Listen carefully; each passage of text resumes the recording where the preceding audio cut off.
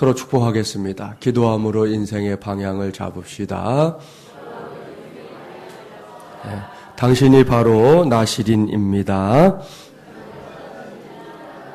할렐루야. 오늘은 제6차 특세 25번째 시간입니다. 오늘은 첫 단추를 바르게 채워라 라는 제목으로 하나님의 말씀을 전하도록 하겠습니다. 우리에게는 여러분이 알다시피 참 가깝고도 먼 나라가 있습니다. 일본이지요.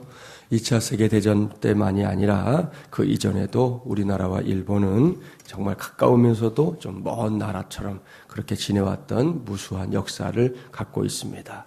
최근에는 더욱 많은 갈등들이 일어나고 있는 거 거의 매일 그런 뉴스를 통해서 듣고 보고 있습니다. 그러다 보니 종종 우리나라와 일본을 이렇게 비교하는 일들이 있지 않습니까? 여러분도 잘 아시는 대로 김연아 선수와 아사토마와의 대결이 늘 화제였던 이 스포츠 분야는 물론이고요. 이 전자제품의 분야에서도 그동안 절대로 따라잡을 수 없다던 일본의 그 소니사를 우리나라의 삼성과 LG가 뛰어넘었다 하는 뉴스가 한번 나와가지고요. 모든 국민들이 막 흥분했습니다. 야, 우리나라 이 대표 기업들이 절대로 넘볼 수 없었다고 했던 이 소니사를 넘어섰다 하니까 말이죠. 모든 국민들이 정말 자축하는 그런 분위기였던 때도 기억이 납니다. 그럼에도 불구하고 솔직하게 말하면 속상하지만 여전히 우리나라와 일본이 결정적으로 비교되는 그런 것들도 있었지만 결정적으로 비교되는 것이 있습니다. 그것은 이 기본기의 문제입니다. 물론 여기서 요즘 극성을 부리고 있는 일본의 우익들, 이 사람들은 예외예요. 이 사람들은 사실 지금까지 보아왔던 일본 사람들과는 좀 다른 사람들이거든요. 우리나라는 대대로 가슴 아픈 역사를 갖고 있습니다. 우리의 역사는 이제 실력 있는 사람보다는 모함을 잘하는 사람들이 최종 승리자가 되는 그런 역사의 때가 많았습니다. 이순신 장군이 왜구들과의 전쟁에서 승승장구하다가 물러났습니다. 왜입니까? 모함 때문이었습니다. 중국과 일본을 호령했던 청해진의 영웅 장보고 왜 죽었습니까?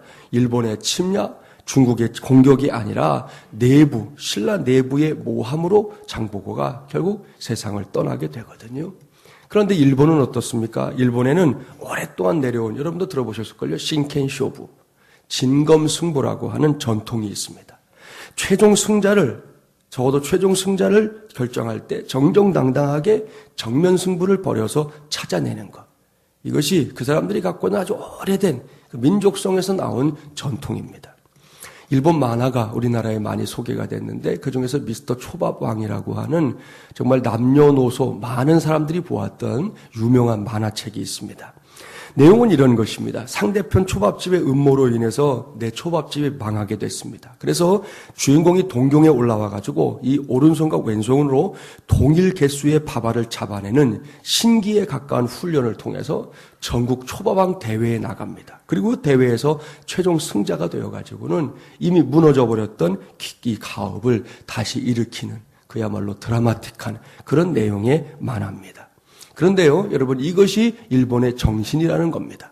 그저 만화여서 사람들이 많이 본 게 아니라 그런 일본의 정신을 엿보게 하기 때문에 사람들이 많이 보는 것입니다. 만약 이 만화가 우리나라에서 제작되었다면 이렇게 되는 것이죠. 최종 승부가 있을 때 상대편에서 심사위원을 매수했다든지 아니면 심사위원 속에 내 인척을 집어넣어서 승부를 바뀌게 했다든지 이런 식의 전개로 흘러갈 가능성이 매우 큽니다. 우리나라 드라마, 요즘에 보여준 드라마의 내용들이 대부분 그래요. 결정적인 데는 꼭 음모가 들어가고 결정적인 때에는 뭔가 편견이 들어가고 하는 내용들로 승부가 바뀌는 이런 일들이 드라마에서도 너무 자주 우리는 보여진다는 것입니다. 물론 일본에도 음모가 있지요. 그러나 적어도 그들은 어떤 평가에 부정이 드러난다는 것은 상상도 못합니다. 어제 저녁 뉴스 보셨어요? 일본에서 얼마 전에 만능세포라는 것을 개발했다 해갖고 한 여자 과학자가요 난리가 났어요. 일본 전체가 막 들썩들썩하고 이제는 모든 병에 치료할 수 있는 길이 열렸다 난리가 났는데 결국 논문 조작으로 드러났잖아요. 본인은 여전히 아니다라고 하지만 이 사람들이 이걸 찾아보니까 잘못된 논문인 것이죠. 그래서 어제 나와갖고 공식적으로 사과했습니다. 고개 숙여가면서 이게 잘못됐다라고 그 연구소에서 사과하는 장면이 나왔는데, 아무튼 그 사람이 거짓을 저지른 사람은 그 사람 문제지만 공동체의 입장에서는 그런 것들을 용납하지 않는다는 것이죠. 아닌 건 아니다라고 솔직하게 인정하는 그런 일본의 모습을 어제 다시 한번 볼 수 있었습니다. 이것이 그들의 문화입니다. 그리고 이것이 정말 안타깝지만 우리나라와 일본 사이에 갖고 있는 중요한 차이라는 것이죠. 이 기본기의 문제 말입니다.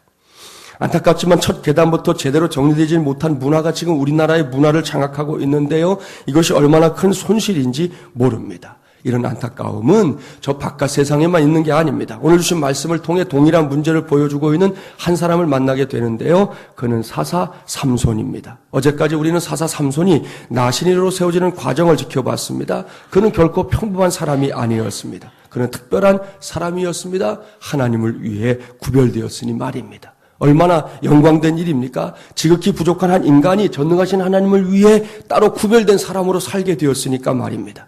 하나님은 그와 같은 은혜로 삼손을 붙잡아 주셨습니다. 따라서 그는 하나님의 영광을 위해 살아야 할 존재가 된 것입니다. 그런데 오늘의 본문은 그와 같은 하나님의 기대, 우리의 기대와는 달리 실망스러운 방향으로 흘러갑니다. 삼손이 어느새 장성했습니다. 하나님의 은혜로 삼손이 그야말로 잘 컸습니다. 그러던 어느 날입니다. 본문 1절부터 3절 함께 봉독해 볼까요? 1절부터 3절입니다.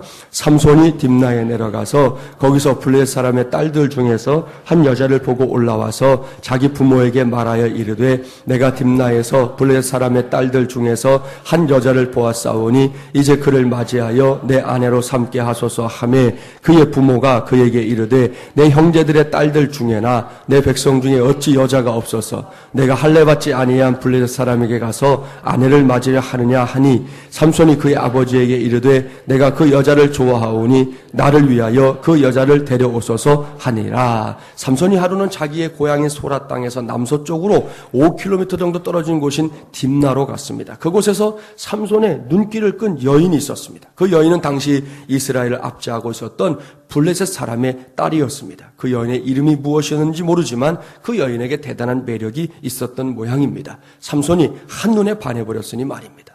삼손은 앉으나 서나 그 여인 생각에 사로잡혔습니다. 더 이상 견딜 수 없게 된 삼손이 소라 땅으로 돌아가서 부모를 만나 자신의 심정을 털어놓습니다. 아버지, 어머니, 제가 이번에 딥나에 갔다가 한 블레셋 여인을 만났는데 제가 그 여인을 사랑하게 됐습니다. 제가 결혼할 수 있도록 그쪽 집안과 좀 줄을 대어 주십시오.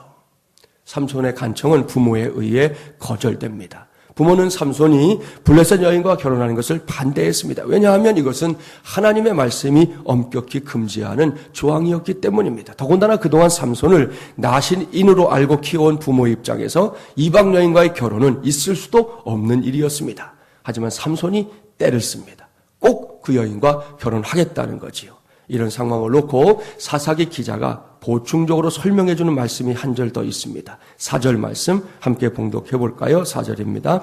그때에 블레셋 사람이 이스라엘을 다스린 까닭에 삼손이 틈을 타서 블레셋 사람을 치려 함이었으나 그의 부모는 이 일이 여호와께로부터 나온 것인 줄을 알지 못하였더라.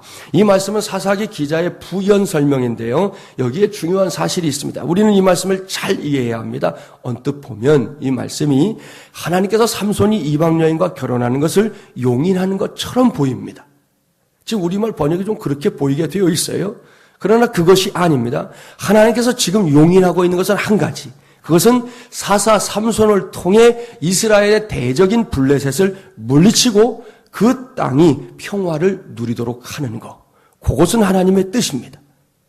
그런데 삼손이 이와 같은 하나님의 뜻을 실현시키는 방법으로 선택한 것이 블레셋 여인과의 결혼이었다 하는 것입니다. 저는 여기서 오늘의 말씀 제목을 떠올리게 되었습니다. 첫 단추를 바르게 채워라. 저처럼 이렇게 와이셔츠를 자주 입는 사람들이 자주 경험하는 것 중에 하나가 이 첫 번째 단추의 중요성입니다. 특히 이렇게 새벽 기도에 나오는데 막 서두르다 보면 제 시간에 딱 일어나서 여유 있게 준비하면 그런 일이 없는데 깜빡 실수해가지고 시간이 임박해서 예를 들어 눈을 떴다 이러면 가끔 실수할 때가 있잖아요. 그러면 이 새벽 기도와 관련된 해프닝들이 생각보다 많더라고요. 전에 이게 실제 방송에도 나왔어요. MBC인가 어디서 나왔는데 어느 교회 목사님이 그날 새벽에 정말이지 정신이 하나도 없었나 봅니다. 눈을 떴는데 시간이 다 된 거죠. 서둘러서 교회로 달려가서 예배당 안으로 이렇게 들어가는데 강단을 향해 이렇게 목사님 걸어 나오는데 성도들이 자꾸 자기들끼리 수근수근 하더라는 거잖아요. 그래서 목사님이 이상하다. 오늘 성도들이 왜 저러지? 하고 강단에 올라갔는데 이유는 목사님의 복장 때문이었습니다. 상의는 그럭저럭 갖춰 입었는데 하의가 파자마 바람이었던 거죠. 그게 실제 일입니다. 실제. 그래가지고 본인이 얼마나 이게 참 난감했겠어요. 얼굴이 홍당무가 됐죠. 그리고 갈 수는 없으니까 아마 설교는 하긴 했나 봐요. 파자마 입고. 그랬다고 하는데 제가 말하는 실수는 그렇게 엄청난 대형 사고는 아니고요. 바쁜 마음에 서두르다 보면 그만 이제 첫 단추를 잘못 채우게 될 때가 있다는 것이죠. 그러면 그 다음에 될 일 뻔하지 않습니까? 나머지 단추들까지 다 낭패를 겪게 됩니다. 마지막까지 가서야 잘못됐네 이렇게 생각하는 거죠. 애초부터 거울을 보고 하면 모르는데 그게 아니고 급한 마음에 막 끼우다 보면 그렇게 되는데요. 그 모습으로 길에 나섰다가는 분명히 사람들에게 우스운 모양이 될 것입니다. 그렇기 때문에 매사에 첫 단추를 바르게 채우는 일은 소홀히 여기면 안 됩니다. 앞서 말씀드린 대로 기본기의 부족은 반드시 다른 문제, 많은 문제들을 야기하게 되어 있습니다. 지금 삼손이 딱 그 짝입니다. 삼손은 하나님께서 블레셋을 위해 자신을 사용하실 것이라는 사실을 알고 있었습니다. 그래서 그 일을 위해 쓰임 받겠다고 나서고 있는 것은 가상한 일입니다. 그런데 안타까운 것은 그가 이 첫 단추를 잘못 채우고 있다는 사실입니다. 삼손이 바르게 채우지 못한 첫 단추가 뭐냐? 그것은 수단을 위해, 목적을 위해 수단을 정당화하는 태도. 흔히 말하는 대로 꽁 잡는 게 매다라는 식으로 자기의 일을 행하려고 하는 그 태도에 문제가 있다는 것입니다. 이것이 삼손이 잘못 채운 첫 번째 단추입니다. 사랑하는 세배용사 여러분, 반복해서 말씀드리지만 하나님께서 삼손이라는 사람의 인생에 걸고 있는 분명한 기대가 있습니다. 그것은 이스라엘의 사사가 되어 이스라엘 백성들을 블레셋 사람들의 손에서 건져내는 일입니다.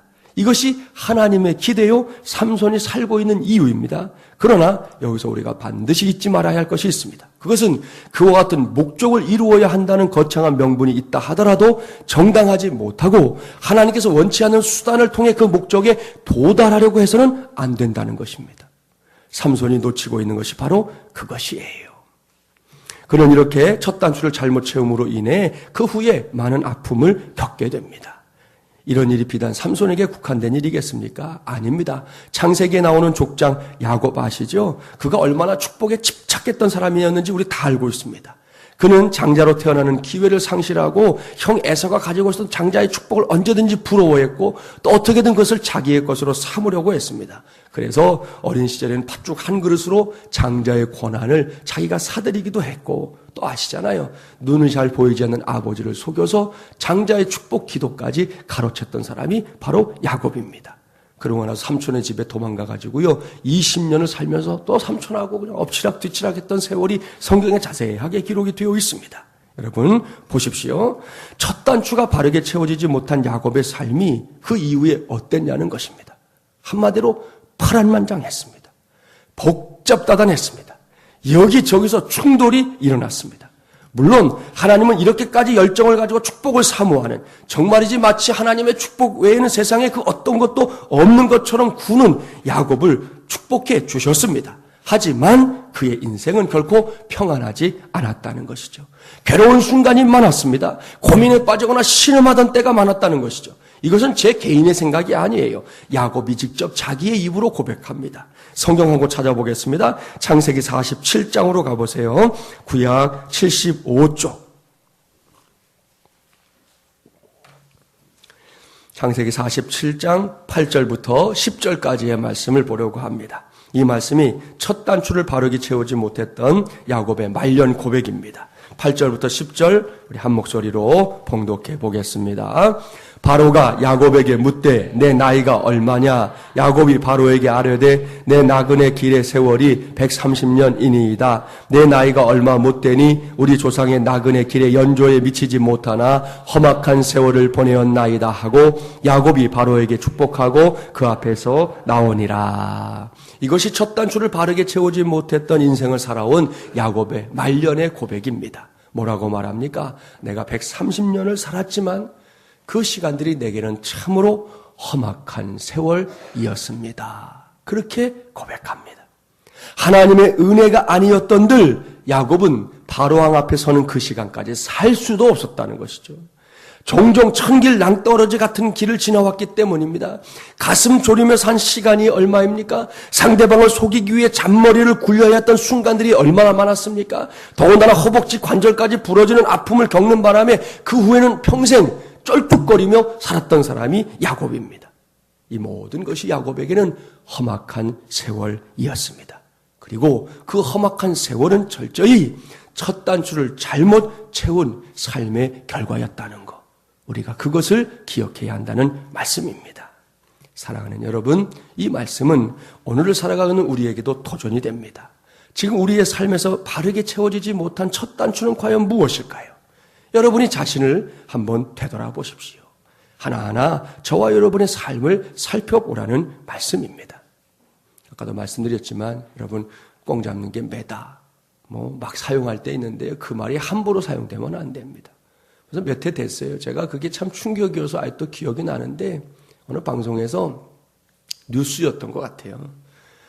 저희처럼 이렇게 상가 건물에 있는 교회 옥상에서 불법 무기 제조를 했다 하는 뉴스가 나왔어요. 도대체 무슨 불법 무기를 만들었는지 모르겠지만 불법 무기라고 나왔는데 그걸 누가 그걸 만들었느냐? 그 상가에 있는 목사가 불법 무기 제조를 했다는 거예요. 그래서 이제 인터뷰를 한 거죠. 아니 도대체 왜 이런 일을 했느냐? 그랬더니 그러면 여러분 그렇게 방송까지 카메라까지 들이밀면 죄송합니다. 내가 목사로서 하지 못할 짓을 했습니다. 아니 그래야 되잖아요. 그 다음에 뭐라고 인터뷰했냐 이렇게 말을 했어요. 교회 건축하려고요. 기가 막힐 노릇이. 여러분 정말 꽁 잡는 게 뭐예요? 교회 건축할 것 같으면 막 그래도 돼요? 그럼 우리 몽땅 다 나서갖고 피라미드 장사 한번 할까요? 예? 그러면 될까요? 여러분 하나님을 믿는 사람들로서 하나님께서 기뻐하시지 않는 일들을 막 하면서 목적은 하나님의 뜻을 놓고 목적을 두고 말한다고 해서 이게 용인이 되는 일이냐 이거예요. 그렇지 않다는 것이죠. 절대로 그렇지 않습니다, 여러분. 우리가 그걸 놓치면 교회는 교회 될 수 없는 것이고 성도는 성도 될 수 없는 것이죠. 아무거나 해서 뭔가를 이룬다는 것이 하나님의 기쁨이 될 수 없다는 거 우리는 꼭 기억해야 합니다. 어떤 사람은 믿음의 첫 단추를 잘못 채우는 경우가 있어요. 매사에 하나님을 향한 온전한 믿음이 아닌 삐딱한 시각으로 하나님을 봅니다. 하나님을 삐딱하게 보니까요, 교회도 삐딱하게 보고 사람들도 삐딱하게 보고 모든 일들을 삐딱하게 봅니다. 교회 안에서 일어나는 은혜로운 일들마저도 삐딱하게 봅니다. 그리고는 그 일 갖고 투덜 불평하는 사람들 있잖아요. 안타까운 일입니다. 다른 사람들은 다 은혜 받고 좋아하는데 혼자만 삐딱해. 도무지 어떻게 하려고 그러는지 모르겠다 싶은 사람들이 가끔 보인다는 것이죠. 어떤 사람은 마음의 첫 단추로 사랑의 단추가 아닌 미움의 단추를 채워버렸습니다. 그 미움 때문에 삶이 지칩니다. 그 미움 때문에 자신의 영혼까지 병들어 가는데 그걸 헤어나오질 못하는 경우들도 있습니다. 어떤 사람은 이 거짓의 첫 단추를 채우잖아요. 아시죠? 한 번 거짓말했던 것을 피하기 위해서 또 다른 거짓말을 해야 합니다. 그래서 거짓말하는 사람들이 머리가 좋은 거예요. 평상시의 일도 여러분 쉽게 까먹잖아요. 제가 뭐 물어보면 목사님 그런 일이 있었어요? 이런 사람들인데 평상시에 일어나는 일도 잘 기억 못하는데 거짓말을 했으니까 그 거짓말에 대한 반응을 또 예상하고 또 생각해야 되잖아요. 그러니까 이 머리가 얼마나 팽팽 돌아가야 되겠어요. 사기꾼들이 머리가 좋은 이유가 거기 있어요. 그 사람들은 다음 수, 그 다음 수, 그 다음 수까지 생각을 해야 되니까 머리가 좋을 수밖에 없는 것이죠. 그런데 그렇게 사는 것이 얼마나 피곤한 일이냐는 거죠. 이외에도 많은 것을 생각해 볼 수 있습니다. 실력의 첫 단추가 아닌 편법의 첫 단추를 채운 사람이 있습니다.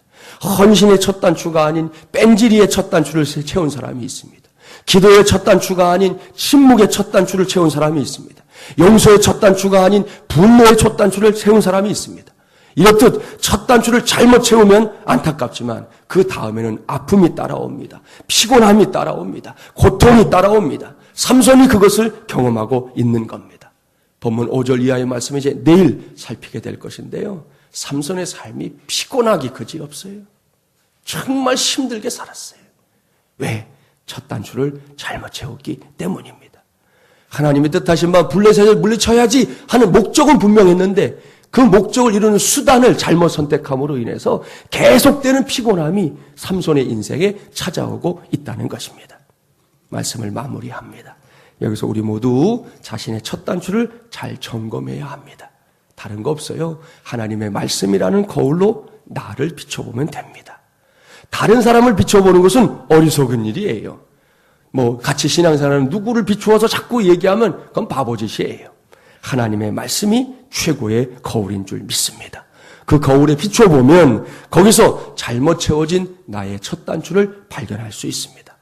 그러면 그 단추를 바르게 채우라는 것이죠. 그래야 창피당하지 않습니다. 그래야 놀림받지 않습니다.